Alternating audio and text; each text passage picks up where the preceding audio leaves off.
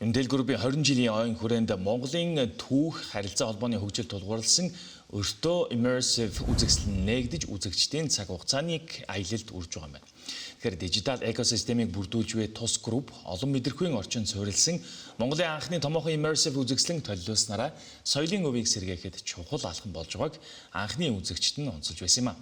Төслийг Монгол, Америк нэгдсэн улс, Франц, бүгд найрамдах Хятад ард улс, Испани, Арабын нэгдсэн Эмират улс зэрэг 7 улсын 300 гаруй уран бүтээлч, инженер, судлаачид хамтран хэрэгжүүлж 5925 фрейм анимашныг Монгол уран бүтээлчид гараар бүтээжээ.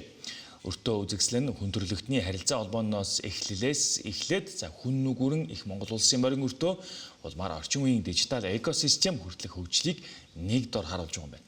Ялангуяа Монголын эзэнт гүрний үеийн морин өртөөний системийг түүхчид өнөөгийн интернетийн анхны загвар логистикийн томоохон хувьсгалаа гэж үнэлдгийг дуу, дүрс, мөн гэрлийн технологиор амлуулсан байна. Ингэснээр үзэгчид түүхийг зөвхөн харах бус биеэр мэдэрч байгаа нь соёлын контентыг шин төвшөнд хүргэж байна. Тус үзэгслэн 6 дугаар сарын 30-ны хүртэл олонний хүртэл болох юм байна. Intel Group-ийн маань нийгмийн хариуцлагын тэргүүлэх чиглэл нь өөрөө соёлын өвөө сэргээн өвлүүлэх байдаг. Мэдээж бид нэр түүхийнхаа бүхий л хэсгийг танилцуулж чадахгүй учраас илүүтэй харилцаа холбооныхоо хөгжлийг онцлон төлөвлөж байгаа. Энэхүү өртөө immersive experience-ээр бид нэр өнгөрсөн ирээдүйн рүү үзэж болно. Яг тухайн цаг мөчид үед очсон мэтийн мэдрэмжийг өгөхийг зорилоо.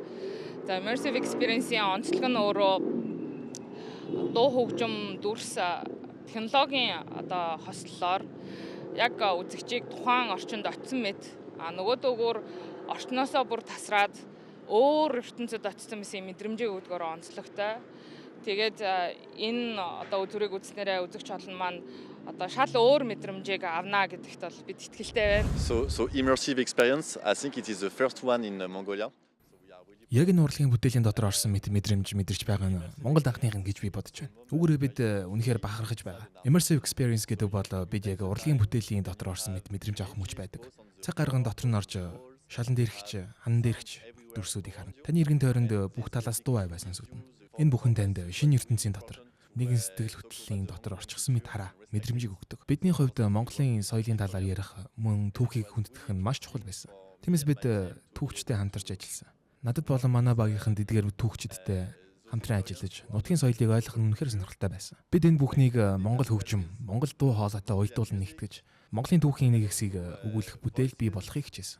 Мөн үүгээр дамжуулан Монголын ирээдүй ямар байж болох тухайч тодорхой мэдрэмж өгөхийг зорьсон. A part of the Mongolian history and also what could be the future of